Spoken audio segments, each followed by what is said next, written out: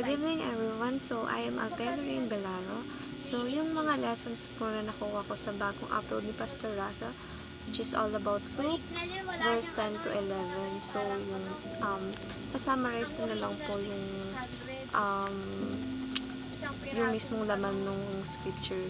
Kumbaga, meron pong karamihan ng mga ordinaryong tao na biglaan na lang may bumaba sa langit ng mga anghel na nagsasabi na merong isang tao na magiging savior natin, which is ang nakalagay sa teachings na Jesus is the good news.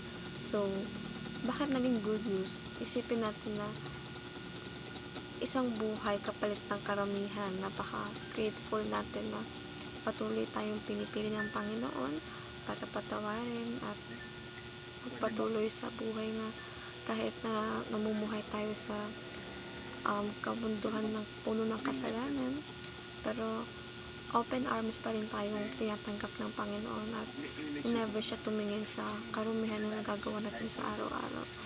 Tinatanggap niya tayo ng buong buo at hindi niya tayo hinusgahan based sa mga nagawa natin in the past or magagawa pa lang, since alam niya yung mga bagay na pinipili na natin sa buhay natin. Siya yung nagiging guide natin kung patuloy lang natin na pipiliin na maging center siya ng buhay natin.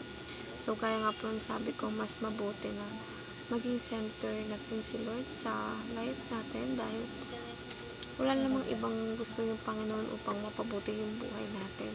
Alam ko yung mga kabutihan na gustong mangyari sa atin ng Panginoon is hindi natin gusto.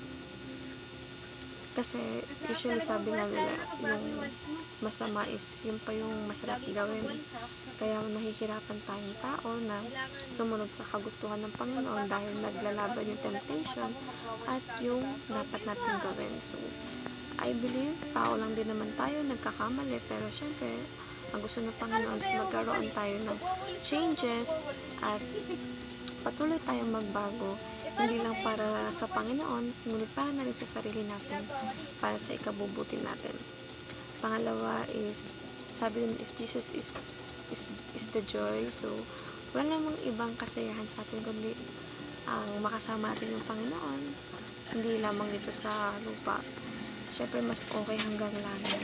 Napakabuti sa pakiramdam na nararamdaman natin yung love niya, na nararamdaman natin yung pagpapala niya sa ginagawa natin sa buhay natin. Of course, hindi lang sa buhay natin.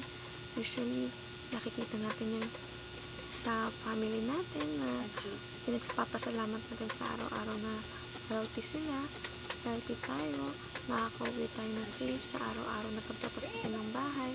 So, I think that's the one thing na we should always be grateful for everything, since hindi lahat ng tao is nagkakaroon ng equality na nakukuha natin in life. So, si Lord may purpose siya sa lahat ng bagay.